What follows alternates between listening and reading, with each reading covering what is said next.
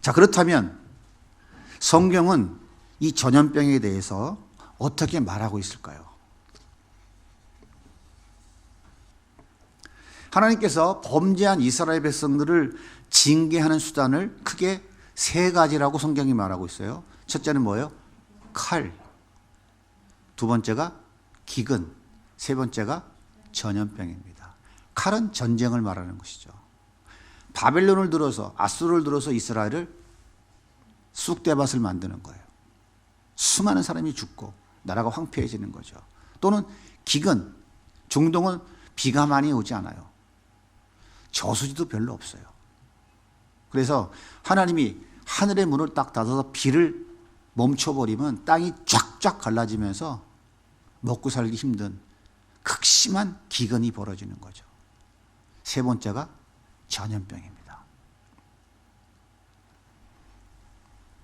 그런데 이 전염병은 언제 주로 발생하냐면 이스라엘 역사에 커다란 전환점이 있을 때, 어떤 커다란 전환점이 있는 역사적 사건이 발생할 때에 주로 나타나는 것이 전염병이라고 하는 것이에요. 성경을 찾아보면 출애굽 사건, 역사적인 사건이죠. 이스라엘 백성들이 430년 애굽에서 종살이 하다가 하나님의 은혜로 홍해를 건너 가나안 땅으로 가는 출애굽 사건. 오늘 우리가 읽어본 출애굽기 5장 3절에 뭐라고 얘기해요? 우리를 보내지 않으면 히브리인이 하나님이 우리를 전염병으로 칠까 두려워하느라 말씀하고 있죠. 성경에 가장 먼저 전염병이라는 단어가 시작되는 것이 바로 출애굽기예요. 바로 이 역사적인 출애굽 사건에서 처음으로 등장합니다. 그 다음에 레위기 10장에 보면 성막 건설과 봉헌 사건, 민수기 17장에 보면 고라의 반역 사건, 14,700명이 전염병으로 순식간에 하나님이 죽여버리셨어요. 그리고 민수기 25장에 보면 모압 평지에서 음행을 벌인 이스라엘 백성들, 하나님이 전염병으로 24,000명을 순식간에 징계해버리셨어요. 이건 무슨 사건입니까? 이제는 어디로 가는 거예요? 요단강 건너서 가나안 본토로 들어가는 역사적 대전환점의 사건이죠. 성막을 건설하는 것도 하나님이 언약을 맺은 하나님 이스라엘 백성들 속에 들어오시는 놀라운 대전환의 사건이에요. 고라의 반역 사건은 하나님이 세운 지도자 모세와 아론에게 도전했다가 하나님 무서운 징계를 받는 그런 사건이죠. 뿐만 아니라 열왕기상 5장에 보면 블레셋의 법궤가 약탈되었을 때 그 법궤가 아스돗에서 가드로 에그돈으로 옮겨갈 때마다 무시무시한 연병이 일어나서 악성 종양이 일어나서 모든 백성들이 다 멸망해버리는 무서운 일들이 벌어지고 있죠. 그리고 사무엘하 24장에 보면 다윗이 인구 조사를 했을 때 하나님이 전염병으로 7만 명을 징계하십니다. 또 열왕기상 8장에 보면 솔로몬의 성전 봉헌 기도할 때 뭐라고 그래요? 하나님, 이 백성들을 하나님이 전염병으로 치실 때에 이 성전을 향하여 기도하면 용서해 주옵소서. 이스라엘 백성들이 하나님의 무서운 전염병의 징계를 맞을 때 성전을 향하여 기도할 때 용서해 달라고 하는 솔로몬의 봉헌 기도에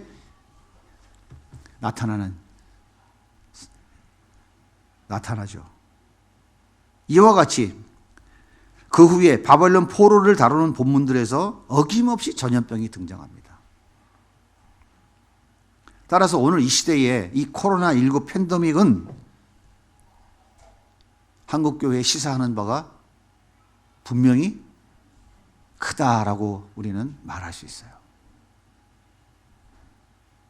자, 보세요. 한국교회는 일제강압과 한국전쟁 그리고 보릿고개를 넘어가면서 당국의 집합금지 명령에 의해서 예배 드리지 못한 적이 없었어요. 물론 일본의 식민정부와 공산주의 정권이 교회 문을 폐쇄하고 예배를 못 드리게 했던 것은 사실입니다. 하지만 교회에 대해서 표면적으로 적대적이지 않는 자국의 민주정부가 집합 금지 명령이나 행정 조치를 통해서 교회가 대면 예배를 드리지 못하도록 하는 것은 헌법의 종교의 자유를 천명하는 이 자유주의 국가에서는 도저히 있을 수 없는 일이다 하는 거예요. 이게 중요한 것이다 말입니다. 그러므로 이 코로나19 이 전염병은 우리 한국교회에 그리고 대한민국에 엄청난 전환점이 되어져야 한다는 강력한 시사를 하고 있다라고 하는 것이에요. 어떻게 동의하십니까? 저는 지금 제 얘기를 한마디도 안 했어요. 제 경험과 제 주장을 한마디도 하지 않고 성경의 이야기와 오늘 우리 현실을 그대로 정리해서 말씀드렸습니다.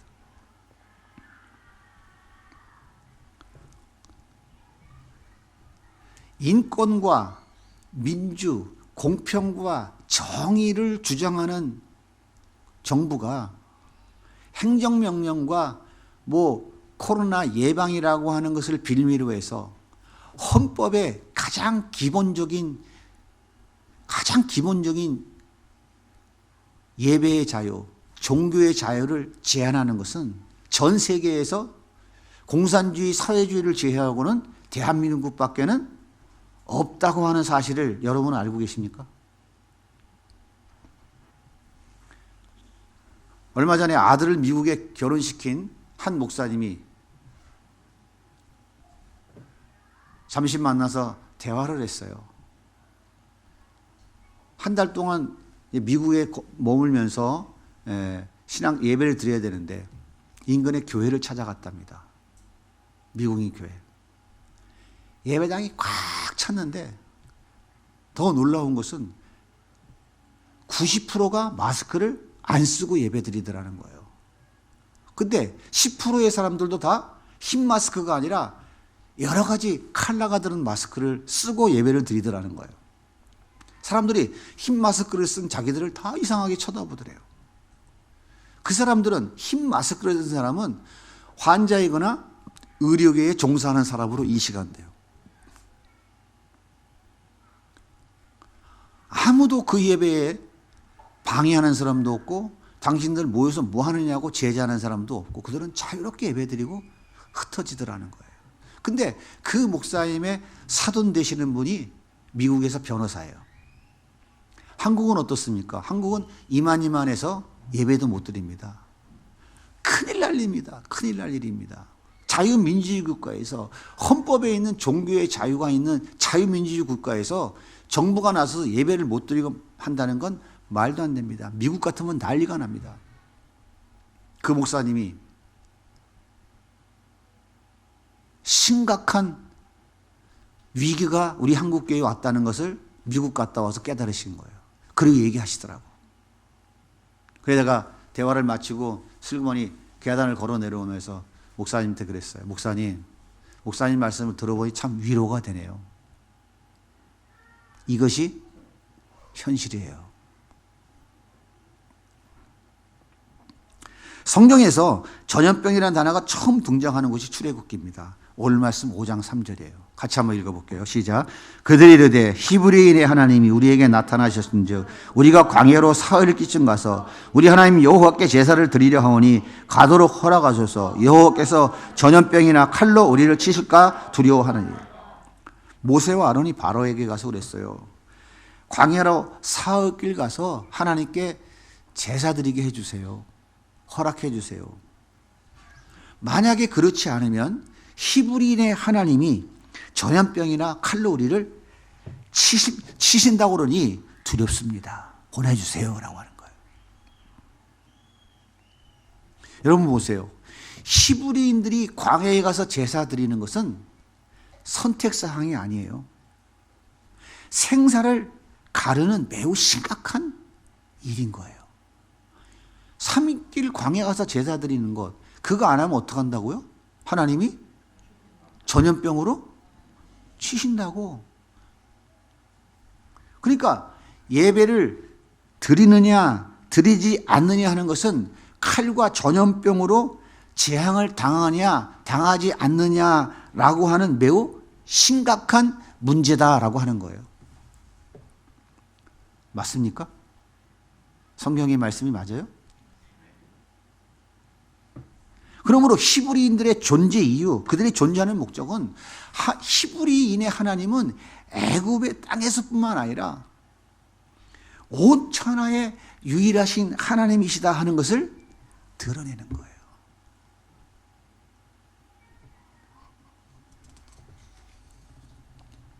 그러니까 3일길 광야에 나가서 예배 드려야 한다라고 말하고 있는 것이에요. 이렇게 누가 누구를 섬기는가라고 하는 것은 생사가 달린 문제다라고 하는 것을 누가 지금 얘기하고 있는 거예요? 하나님이 말씀하고 있다 이거예요. 하나님이. 히브리서 7장 6절 같이 읽겠습니다. 히브리 사람이 하나님 여호와께서 나를 왕에게 보내 이르시되 내 백성을 보내라. 그러면 그들이 광야에서 나를 섬길 것이니라. 안 보냈어요. 그래서 나일강이 피로 변하는 하나님의 징계가 시작됩니다. 8장 1절 같이 읽습니다. 시작. 여호와께서 모세에게 이르시되 너는 바로에게 가서 그에게 이르기를 여호와의 말씀이 내 백성을 보내라. 그들이 나를 섬길 것이라. 안 했어요. 개구리 재앙을 하나님이 내리셨어요. 애굽 땅에. 8장 20절 시작. 여호와께서 이와 같이 말씀하시기를 내 백성을 보내라. 그러면 그들이 나를 섬길 것이라. 안 했어요. 파리떼가 애굽 전역을 뒤덮었어요. 9장 1절 시작.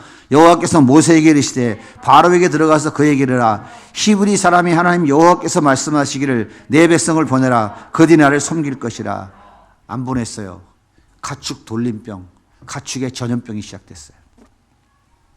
9장 13절 시작. 히브리 사람이 내 백성을 보내라. 그들이 나를 섬길 길.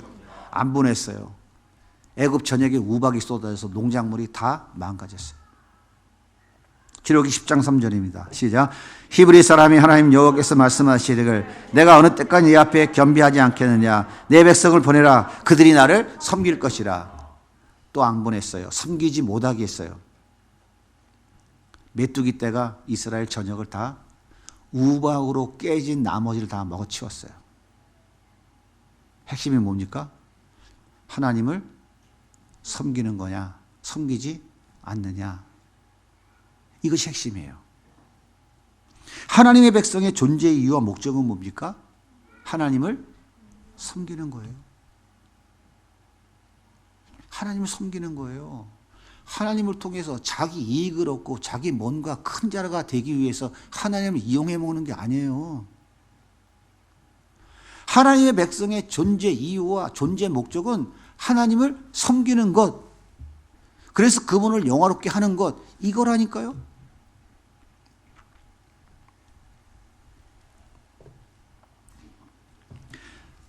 그래서 그 하나님을 섬기는 것을 행동으로 보여주는 것이 제사, 곧 예배인 거예요. 아시겠어요? 여러분이 예배의 자리에 앉아 있는 것은 여러분이 하나님 백성이라고 하는 것을 행동으로 보여주고 있는 거예요. 여러분이 구원받은 하나님의 백성의 존재해야 될 이유와 목적이 바로 이 자리에 앉아 있는 거예요. 그래서 예배는 무엇보다 소중하다고? 생명보다 소중하다고 말하는 이유가 여기 있는 거예요. 괜히 예배에 나오도록 만들려고 공갈 치는 게 아니다 이 말이에요. 그리스도인이 하나님을 섬기는 것은 단순히 종교적인 문제가 아닌 거예요. 그래서 생과 사의 문제에 있는 것입니다. 사느냐 죽느냐의 문제인 거예요. 아이들이 예배를 드리는 것은 장난하는 게 아니에요. 그 아이들이 드리는 예배는 사느냐 죽느냐의 문제인 거예요. 한국교회 예배가 다 무너지니까 주일학교 다 무너졌잖아요. 주일학교에서 예배 안 드리고 맨날 이상한 짓 하니까 주일학교가 다 무너진 거 아니에요? 그래 안 그래요? 대학 가서 예배 드리면 되지. 조금만 참고 기다려. 그러지 하니까 어떻게 됐어요? 예배가 다 무너졌잖아요. 그럼 여러분들 이제 기도하고 있잖아요. 우리 중고등부 내내 한 명 남는데 하나님 어떻게 하면 좋아요? 너무 걱정하지 마세요. 중고등부 없는 교회가 대한민국 교회 50%니까 그래도 한 명이라도 있으기 감사한 거 아니야? 여러분 실감이 안 가죠? 그죠? 아따 근게 전라도 말이 막 나오네. 별로 실감이 안 가요.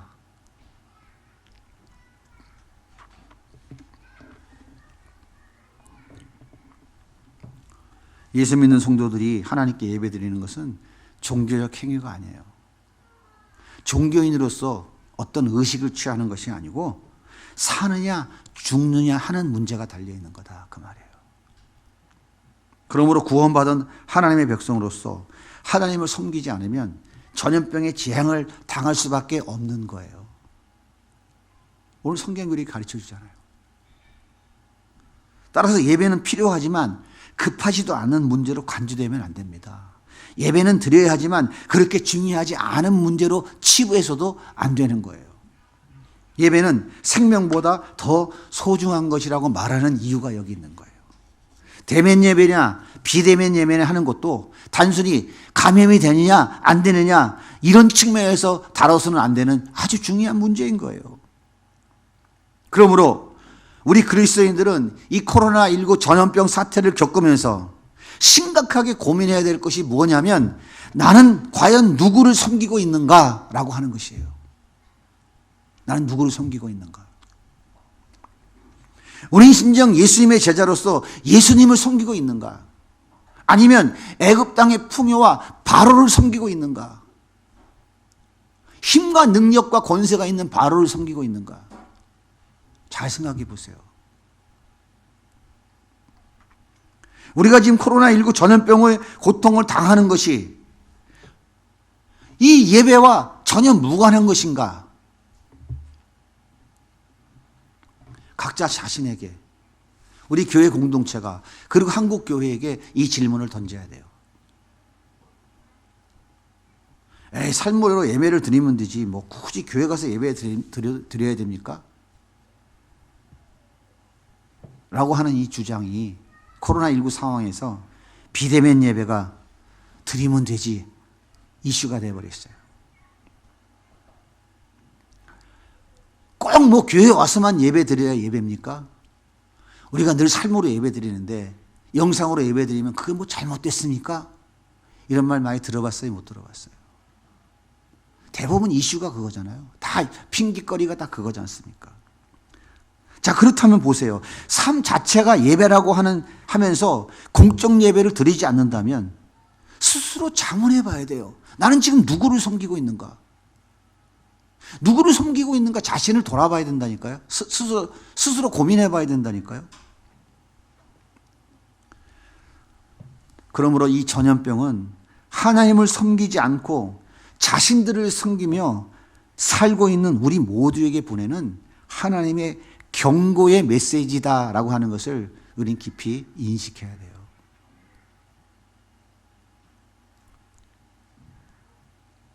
바로가 이스라엘 백성들이 하나님께 제사 드리지 못하도록 방해했죠. 안 보냈습니다. 출애굽기 5장 2절입니다. 시작. 바로가 이르되 여호와가 누구이기에 내가 그의 목소리를 듣고 이스라엘을 보내겠느냐? 나는 여호와를 알지 못하니 이스라엘 보내지 아니하리라. 안 보내. 하나님께서 이렇게 경고합니다. 출애굽기 9장 14절 시작. 내가 이번에는 모든 재앙을 너와 내 신하와 내 백성에게 내려 온천에 나와 같은 자가 없음을 내가 알게 하리라. 히브리인의 하나님이 자기 백성이 제사 드리지 않을 때에 칼과 전염병으로 치는 분이라면 제사를 방해하는 바로와 애굽 사람들을 칼과 전염병으로 치는 것 당연한 것 아닙니까? 당연한 거 맞죠? 하나님께서 나일강이 피로 물드는 재앙, 메뚜기 재앙, 모기, 파리 여러 가지 재앙을 계속 쏟아 부었지만 바로가 끝까지 거절합니다. 그러자 하나님께서 다시 이렇게 경고하십니다.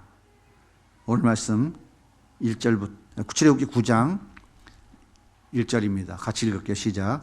여호와께서 모세에게 이르시되 바로에게 들어가서 그에게 이르라 히브리 사람이 하나님 여호와께서 말씀하시기를 내 백성을 보내라. 그들이 나를 섬길 것이라. 내가 만일 보내기를 거절하고 억지로 잡아들면 여호와의 손이 들어있는 내 가축 곧 말과 나귀와 낙타와 소와 양에게 덜하니 심한 돌림병이 있을 것이며 여호와가 이스라엘의 가축과 애굽의 가축을 구별하니 이스라엘 자손에게 속한 것은 하나도 죽지 아니리라 하리라 하셨다. 하나님께서 가축에게 심한 돌림병, 전염병, 성경에서 말하고 있는 대표적인 정염병의 히브리어가 여기 기록되어 있는 돌림병이라고 번역한 데베르라고 하는 단어예요. 가축에게 심한 전염병을 내리시겠다라고 말씀하고 있는 거예요. 그런데 말씀을 보십시오. 말씀을 다시 한번 그 돌림병이 누구의 손에 나온다고요? 그 돌림병이 어디서 나온다고요? 여호와의 손이. 그 전염병은 어디서 나온다고 그래요? 여호와의 손에서 나온다고 성경이 말하고 있어요. 전염병이 여호와의 손에서 나왔다는 말이 무슨 뜻입니까? 전염병은 하나님과 깊은 관계가 있다라고 하는 것이죠. 그러므로 코로나19 이 전염병은 하나님 없이 설명하려고 하는 것은 잘못된 거예요. 야, 이건 뭐 자연적인 건데, 자연주의적 합리적인 세계관 잘못된 거예요. 과학적이고 인본주의적인 세계관 잘못된 거예요. 코로나는 과학의 문제이지 믿음의 문제가 아니라고 말하는 것은 매우 위험한 것이다 이 말이에요. 코로나는 이웃사랑의 차원, 전도의 문이 막히지 않아야 된다라는 차원으로 설명하려고 하는 것도 매우 위험한 발상이다라고 하는 거예요. 성경은 전염병을 통해서 하나님이 누구신지, 하나님이 무슨 일을 하려고 하시는지, 하나님께서 전염병을 통해서 미연에 방지하려고 하는 더 큰 재앙이 무엇인지, 전염병을 그치게 하기 위해서 인간이 어떤 일을 해야 하는지, 미래 지향적인 것에 더 큰 관심을 가지고 출애굽 9장 1절 4절 이하를 보면 하나님 뭐라고 말씀하시냐면 내가 저 전염병을 사람에게 내렸다면 애굽이 판 끝났다라고 말씀하세요. 뭐라는 겁니까? 너희들 빨리 하나님께 예배 드리도록 허락하지 않으면 이제는 어떻게 한다고? 전염병으로 다 없애버릴 것이라고. 미래 지향적, 미래에 벌어질 일을 미연에 방지하라고 가축에게 전염병을 미리 치신 거예요.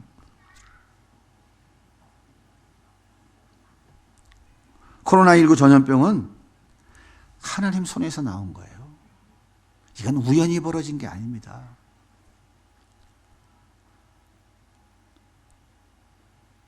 그러므로 우리는 하나님의 손이 지향하는 미래를 볼 수 있어야 되고 보기 위해서 애써야 되는 거예요. 하나님이 이 코로나를 통해서 앞으로 우리에게 무엇을 원하고 계시고 무엇을 보기를 원하시는가, 여기에 우리가 관심을 가져야 된다 이 말이에요.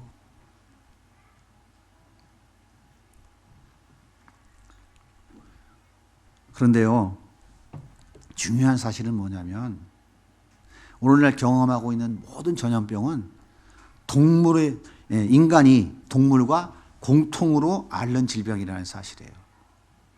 동물의 바이러스가 인간에게 그대로 들어왔다 그 말이에요. 과학자들은요, 동물의 바이러스는 인간의 면역 체계를 뚫고 들어올 수 없다고 말해요. 그게 원칙이라고 말해요. 그럼에도 불구하고 동물의 바이러스가 인간에게 감염되고 있다는 사실이에요. 지금까지 밝혀진 모든 전염병의 75%가 바로 동물의 바이러스가 인간의 면역 체계를 뚫고 들어온 거예요. 자, 보세요. 과학자들이 밝힌 바이러스를 전파하는 동물들 보세요. 우리가 경험한 것만 따져봅시다.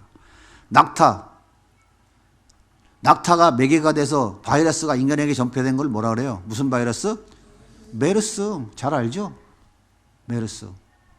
중동, 호흡기 증후군. 다 호흡기로 오는 거예요. 그래서 이게 전염이 되는 거거든요. 돼지 독감, 돼지, 물새, 갈매기, 물새, 철새, 날아다니고 물에서 노는 애들 다 물새죠. 뭐라 그래요 이거를? 조류독감, AI.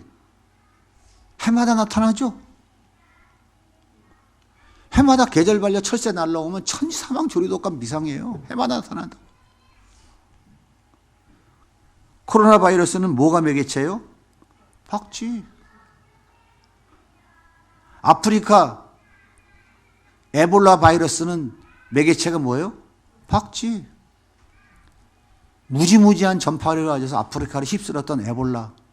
못 들어봤어요? 중세에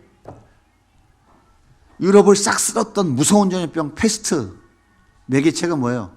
쥐.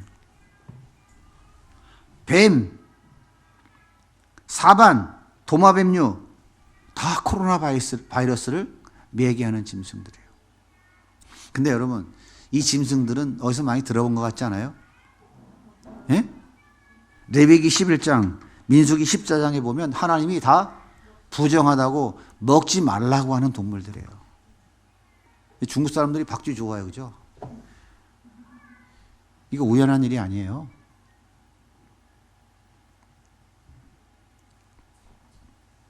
우연이라고 말할 수 있겠지만 경건한 의학자들, 의사들은 이렇게 말해요. 코로나19 이 팬데믹은 하나님의 경고다. 우리 이 메시지를 가볍게 들어서는 안 됩니다. 그러면 전염병으로 징계하시는 하나님은 누구의 하나님일까요? 출애굽기 16장, 7장 16절 시작. 히브리 사람의 하나님 여호와께서 또 출애굽기 9장 1절 또 시작. 히브리 사람의 하나님 여호와께서 또 출애굽기 9장 13절 시작. 히브리 사람의 여호와의 하나님의 말씀에 또 10장 3절 히브리 사람의 하나님 여호와께서 말씀하시기를. 히브리인의 하나님이십니다.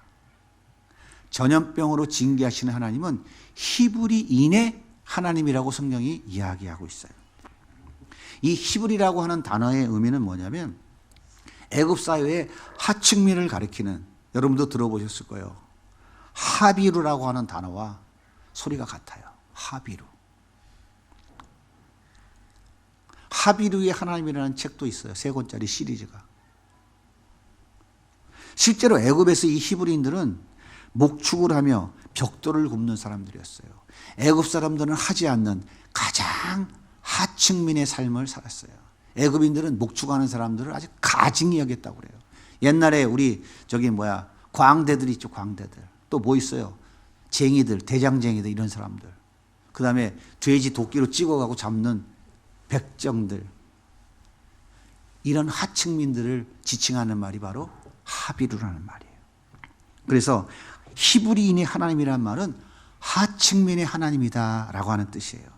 그러니까 히브리인의 하나님이, 다시 말해서 사회 하층에 속한 그런 사람들의 하나님이 온 땅의 유일하신 여호와 하나님이신 것을 알게 하기 위해서 하나님의 손에서 그 전염병이 나온다라고 하는 거예요. 무슨 얘기입니까? 하나님은 다른 연약한 민족을 노예로 삼아서 애굽의 제국적 삶의 방식과 애굽의 억압적 신들을 심판하시는 거예요. 그러니까 다른 연약한 백성들을 끌어다가 노예로 삼고 그들의 신을 강압적으로 섬기게 하고 있는 그들을 하나님이 어떻게 한다고? 심판하시는 하나님이시다 이 말이에요. 출애굽기 9장 14절입니다. 시작. 내가 이번에는 모든 재앙을 너와 내 신하와 내 백성에게 내려 온 천하에 나와 같은 자가 없음을 알게 하리라. 그래서 히브리의 하나님은 노예를 구원해내어 자유를 주시고 해방시켜 주시는 하나님이다 라고 하는 것이에요. 그래서 히브리인들은 애굽에서 자신들 같은 하층민들을 구원해 주시는 그 해방의 하나님을 섬기는 것이 맞아요, 틀려요? 바로 우리가 히브리인의 하나님을 섬기는 자들이잖아요. 우리가 하비루라고 해요, 하비루. 우리는 영원히 죽을 수밖에 없는 그 죄에 갇혀서, 애굽의 바로에 갇혀서 노예 생활하는 사람들이잖아요. 그런 죄인들을 하나님께서 예수를 통해서 구원해 주셨잖아요. 영원한 죄 가운데 지옥의 그 무서운 형벌을 피할 수 없는 하비루들이었다고요. 그런 우리를 하나님께서 강한 편팔로 구원해 주셔서 우리에게 자유와 해방을 주셨다고요. 그러니까 우리가 그 하나님을 섬겨야 돼요, 안 섬겨야 돼요? 섬겨야 됩니까, 안 섬겨야 됩니까? 이 출애굽한 이스라엘 백성들, 그들이 바로 오늘 이 시대에 구원받은 그리스도인들을 그림으로, 모형으로 보여주는 사건이란 말이에요. 우리가 이런 존재예요. 하비루, 가장 하층민에 사는 존재. 이게 창조주 앞에 피조물의 모습이에요. 이게 바로 가장 작은 자리로 내려가야 될 죄인들의 모습이다, 이 말이에요. 이들을 구원해 주셔서 히브리인의 하나님이 된 거예요. 그래서 그들을 억압하고 그들을 괴롭게 하는 애굽을 진멸해 버리시고 그들에게 전염병을 내려 쓸어버려서 참된 자유와 해방을 주시는 하나님, 그분이 바로 이 하비루의 하나님인 거예요. 우리 하나님인 거라 그 말이에요. 그 하나님을 섬겨야 돼요. 멸시해야 돼요. 한번 손을 딱 접어요. 따라해 보세요. 하나님 있으면 나와봐. 못해요? 많이 하잖아요. 왜 내 기도를 안 들어줘? 왜 나는 저 큰 자가 안 되게 해? 왜 내가 원하는 걸 안 들어줘? 해보시자니까 같이? 겁나요?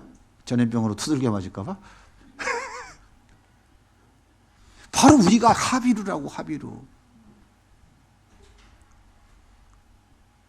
눈물 없이는 살아갈 수 없고 평생 소망이랑은 단 일도 없는, 빛이라고는 단 일도 없는 그런 하비루의 삶을 살아가는 존재가 바로 우리였다고요.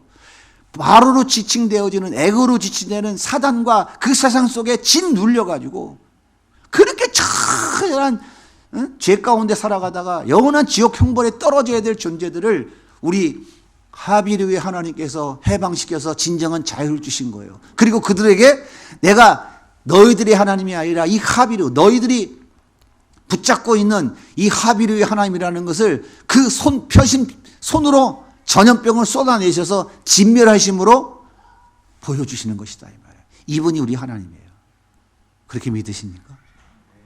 그분이 진정으로 나의 하나님이시고 그분이 진정으로 나를 그 하비루에서 건져주신 분이라고 확신한다면 우리는 어떻게 살아가야 될까요?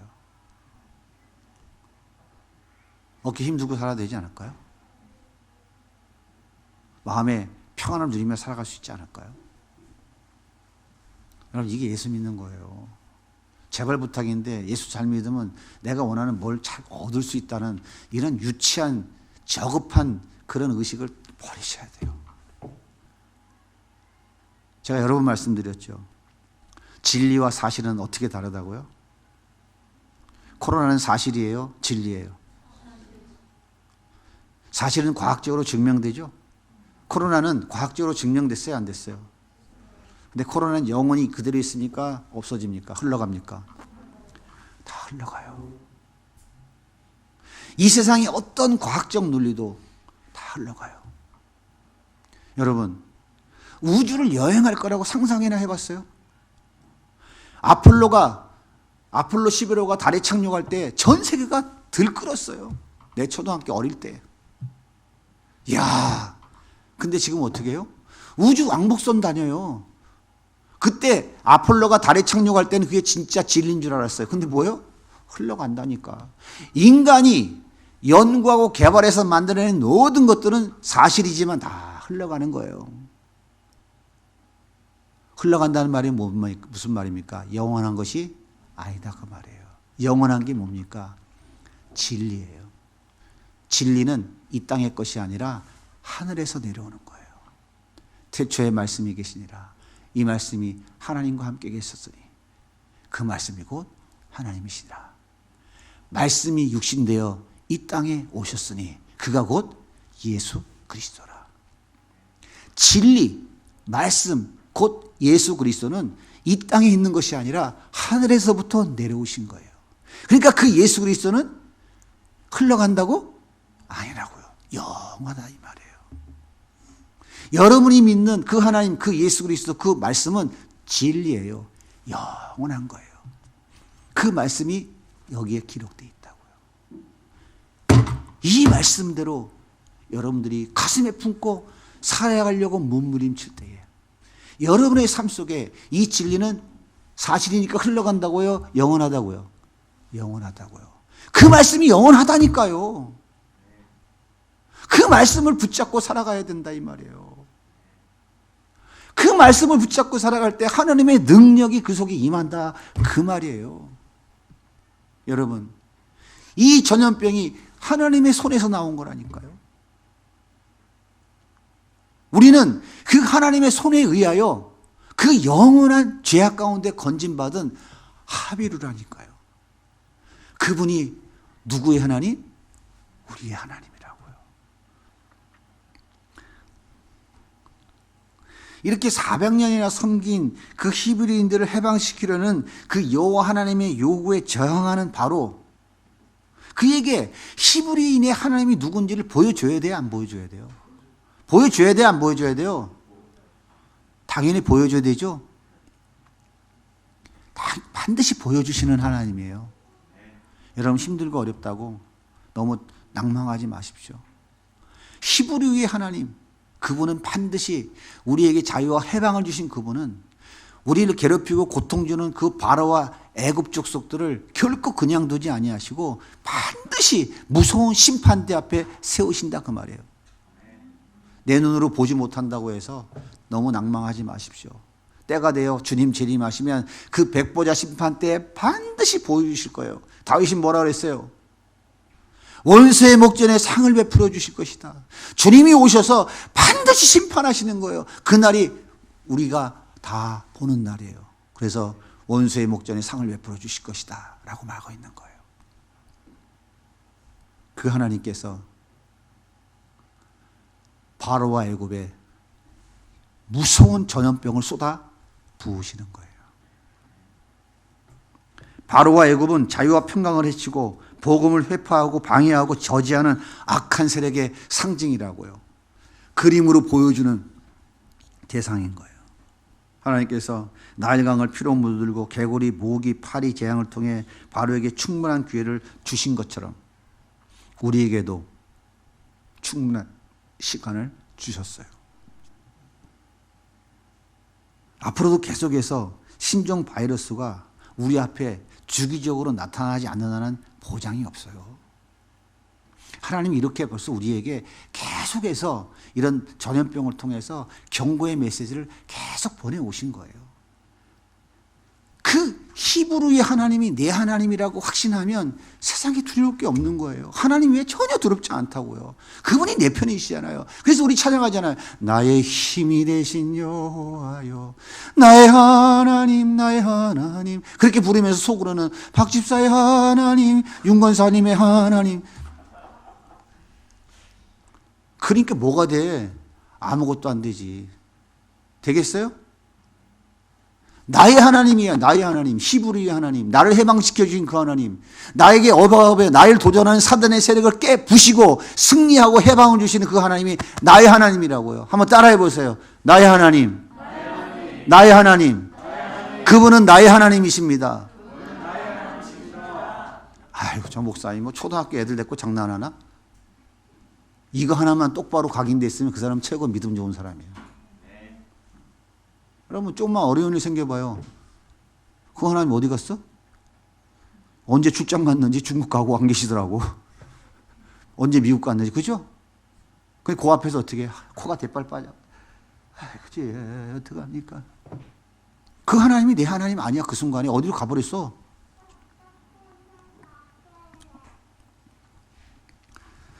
코로나 시국에서도 열심을 다해 하나님을 섬기는 일을 중단하지 않았다고 해서 자만해서도 안 됩니다.